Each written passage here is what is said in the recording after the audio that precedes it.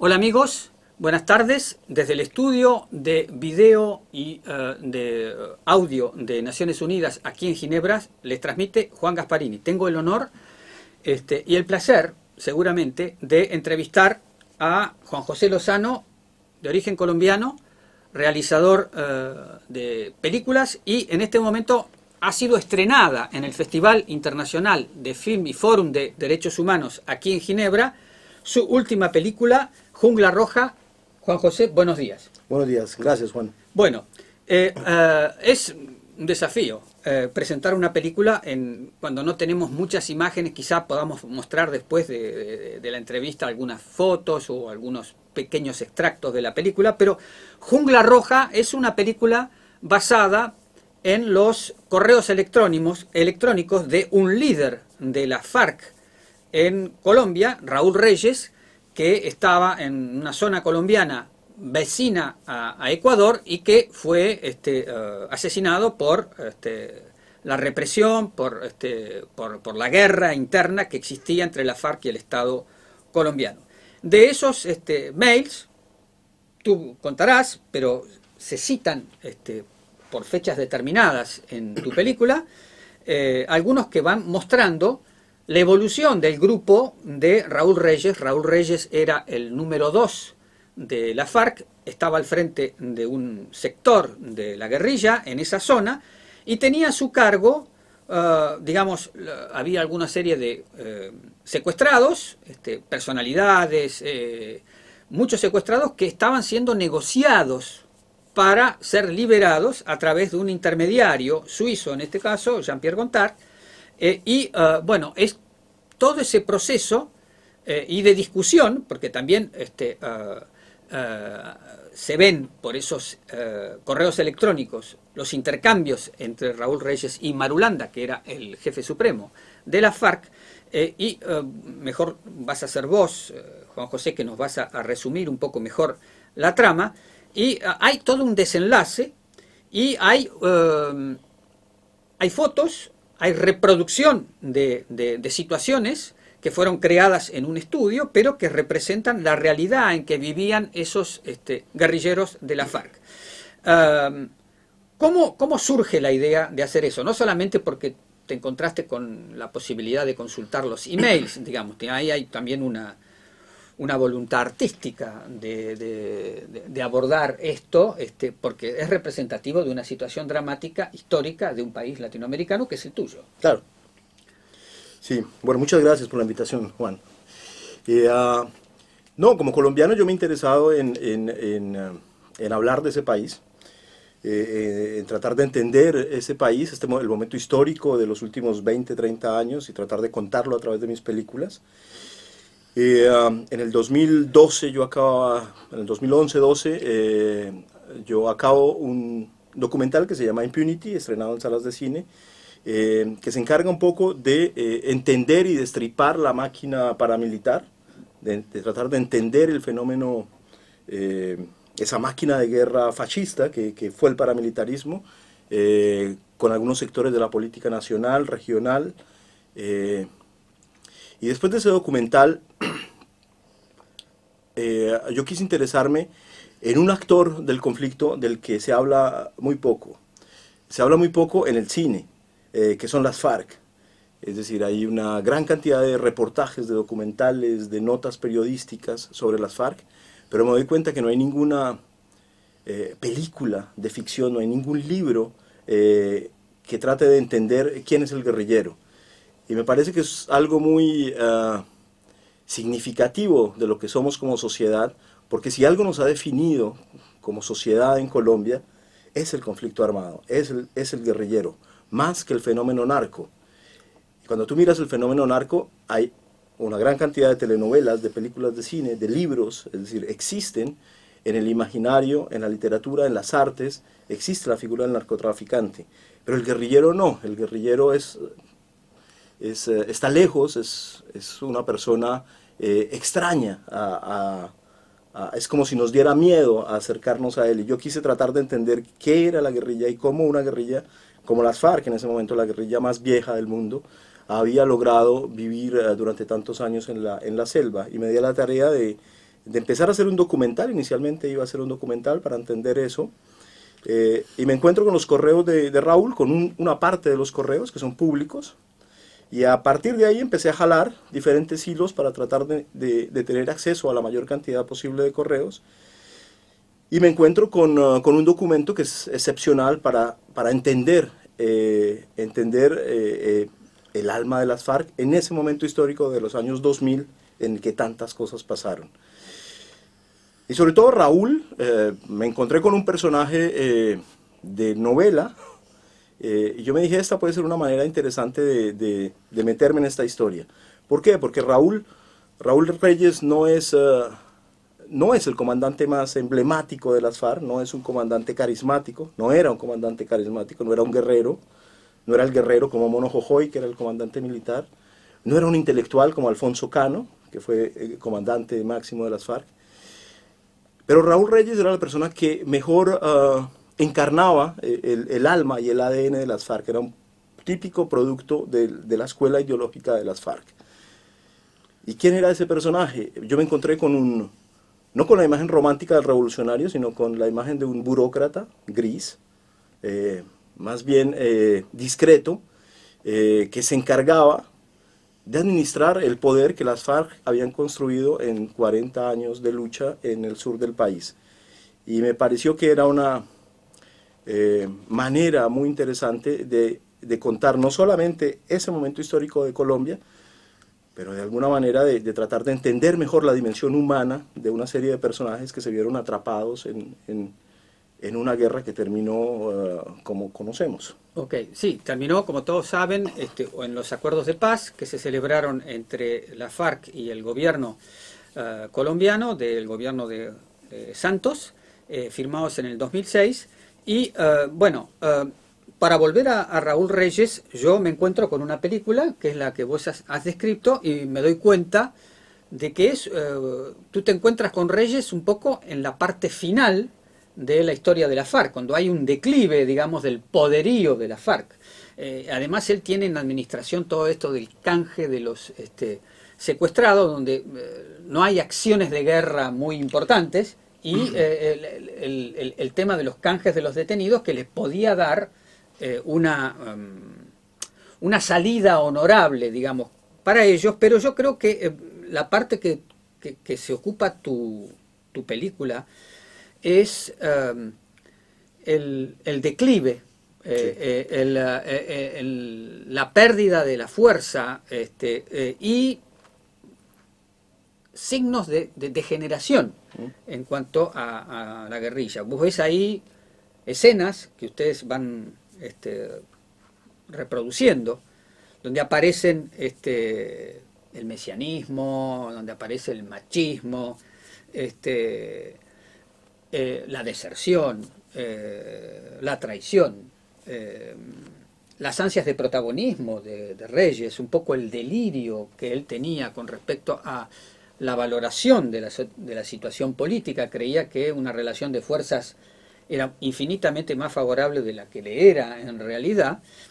Y yo creo que vos mostrás un poco ese deterioro y ese eclipse, digamos, del poder del grupo que dirige Reyes, con la introducción del tema de los dibujos animados, si los podemos llamar así, porque hay una acechanza de que la muerte se aproxima.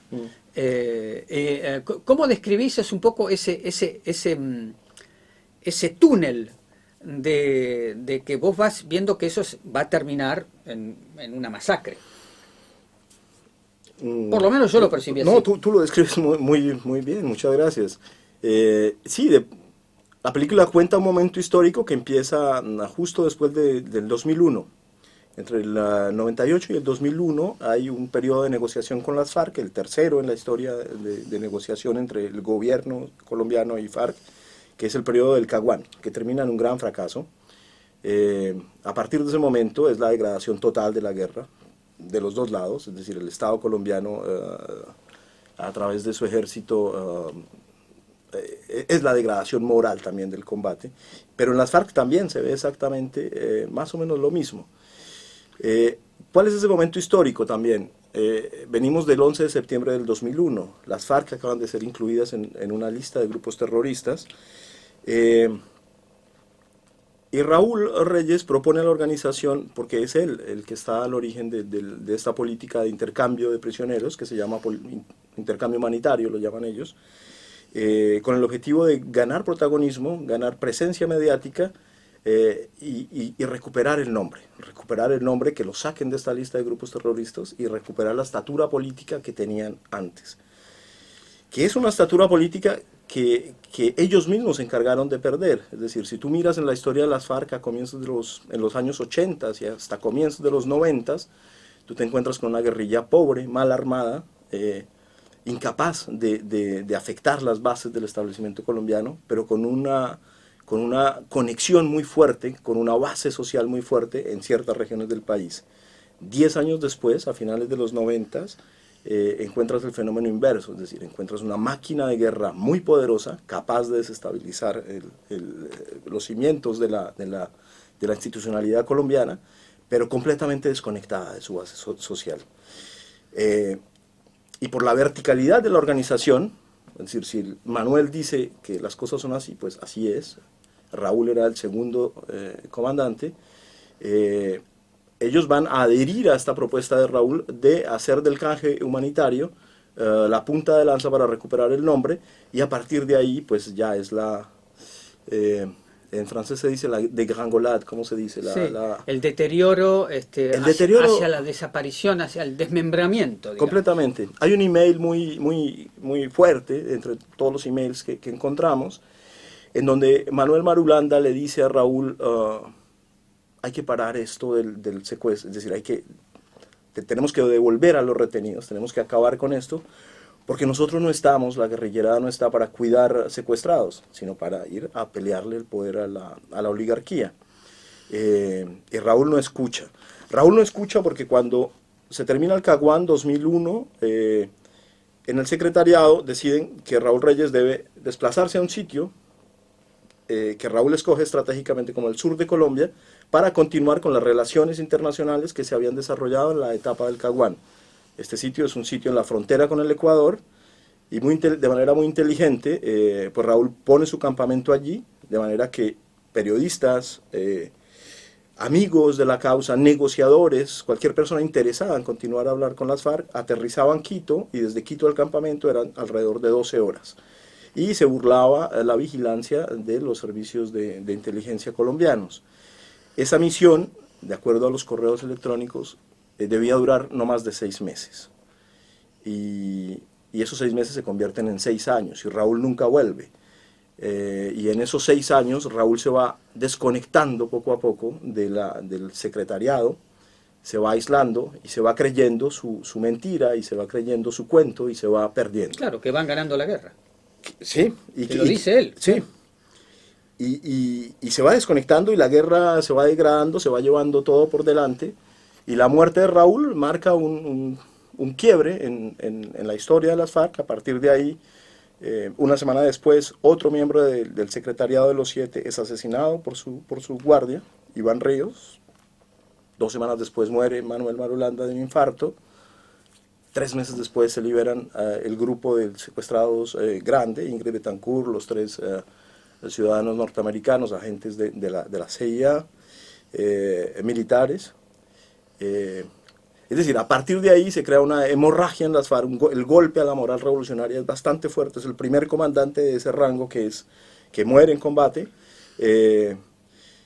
Coincide también después con un cambio de gobierno, el gobierno de Santos, que llega en el 2010, y con la dirigencia de Alfonso Cano en las FARC, se inician estas negociaciones, esta fase secreta de negociaciones, y las FARC entienden, las FARC y el gobierno entienden que seguir en esta confrontación no tiene sentido, y se sientan las bases del proceso de paz. Sí. A mí, toda esa parte final en la que hay una degradación y un derrumbarse del sector de la FARC que observa tu película, me hizo acordar a la novela de Joseph Conrad, El viaje al corazón de las tinieblas, que es la base de la película de Apocalypse Now, concretamente. Hay también un río en la que van descendiendo, que van conociendo cosas extrañas, y que van con el objetivo de alcanzar la eliminación de algo, de un problema, como es en la película que es Marlon Brando, que se ha desertado, el coronel Kurtz. El coronel Kurtz. Y a mí me hizo un poco recordar, porque ha habido ahora una versión revisada de Apocalipsis Now, donde se han agregado otras cosas, etcétera, etcétera. Y creo que sin saberlo, Reyes, y tal vez quizás sin vos ser consciente, a mí me hizo acordar un poco a ese derrumbe, digamos, de una operación militar con todas sus reglas supuestamente lícitas y qué sé yo, se transforma en algo muy difícil de definir, digamos, en cómo termina Reyes, porque hay hasta infiltración, hay una mujer que es que se da vuelta dentro de la guerrilla, donde le han puesto transmisores en una teta y en una muela, concretamente, o sea que hay infiltración. Y yo creo que en los ataques, dado que hay una protección por parte de la jungla, en los ataques tan claros que les hacen las fuerzas represivas, hay un dominio de la tecnología de observación por parte de los colombianos que creo que vendría prestado o aportado por los Estados Unidos, porque hay un dominio de la tecnología electrónica para ganar la guerra, notorio en la película. No sé, esa es la impresión que a mí me dio. No sé vos qué conclusiones sacás, porque vos tenés los mails solamente, pero también tenés que hacer jugar tu imaginación. Claro, sí, por eso digo yo, esta es una película, es decir, hay una base histórica, hay unos personajes históricos que existieron, unas situaciones que existieron. Nosotros leímos unos 11.000 emails, los estudiamos, los clasificamos por personajes, situaciones. Luego yo fui a encontrarme con una gran parte de los sobrevivientes de esa correspondencia, otros comandantes de las FARC, colaboradores de las FARC, periodistas, gente que estaba mencionada allí para tratar de entender y de armar mi película. Una vez hecho ese trabajo documental, yo me dije, esto tengo que contarlo de otra manera, es decir, tengo que utilizar otras armas para poder contar esta película como yo quería contarla. No, pues sos prisionero de las imágenes, tenés que tener imágenes para... Y es ahí donde interviene la ficción, y yo me digo, esto, yo tengo que escribir un guión. Entonces, la película tiene un formato híbrido que juega entre la ficción, el documental, con la animación. Yo tengo que despegarme de una cierta realidad para tratar de entender mejor al personaje que quiero contar.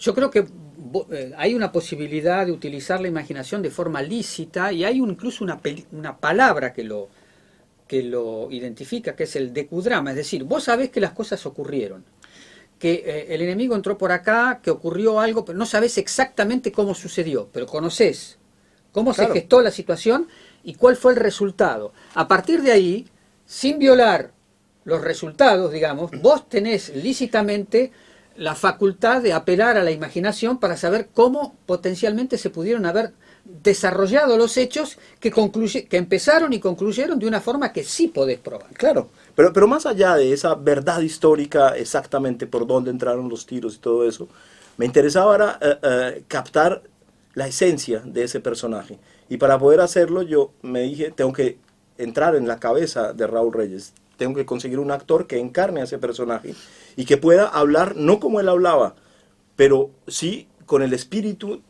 en el que él hablaba. Pero más allá de eso nos dijimos, una vez entendida esa reflexión sobre el personaje, nos dijimos, la animación puede permitirnos una mayor libertad, y la animación puede ser la mejor herramienta para entender ese mundo paralelo en el que vivía Raúl, muy conectado a una realidad difícil, la selva, la humedad, los combates, los mosquitos, todas estas cosas, pero también sus sueños de que sí iba a tomarse el poder, de que sí iban a llegar triunfantes a Bogotá, y entonces creamos una imagen nueva para despegar al espectador y que pudiera entender esa historia con una distancia que le permitiera entenderlo mejor.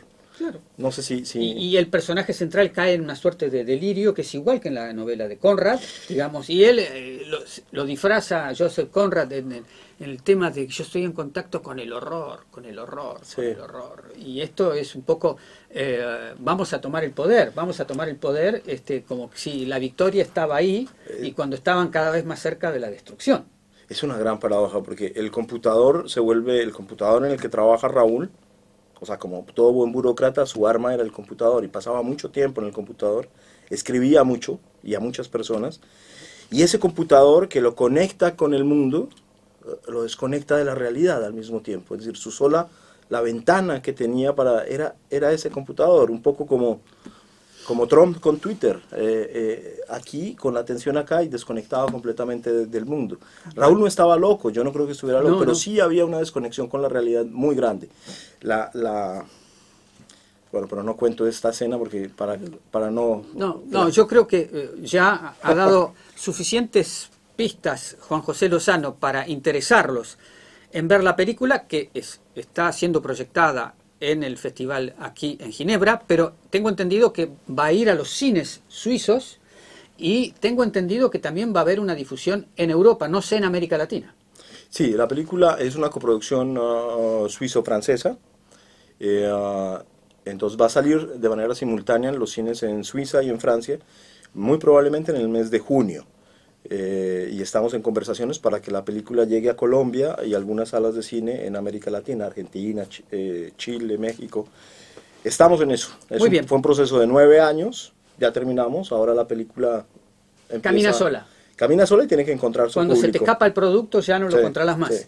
Bueno, amigos, ustedes han visto que hay múltiples motivaciones para ver esta película, para los que se interesan por las luchas de liberación en América Latina, Jungla Roja, y espero que concurran a ver esta película si están acá en Suiza y esperar qué va a pasar en Francia y en América Latina. Gracias, Juan José, y desde Ginebra les transmitió Juan Gasparini.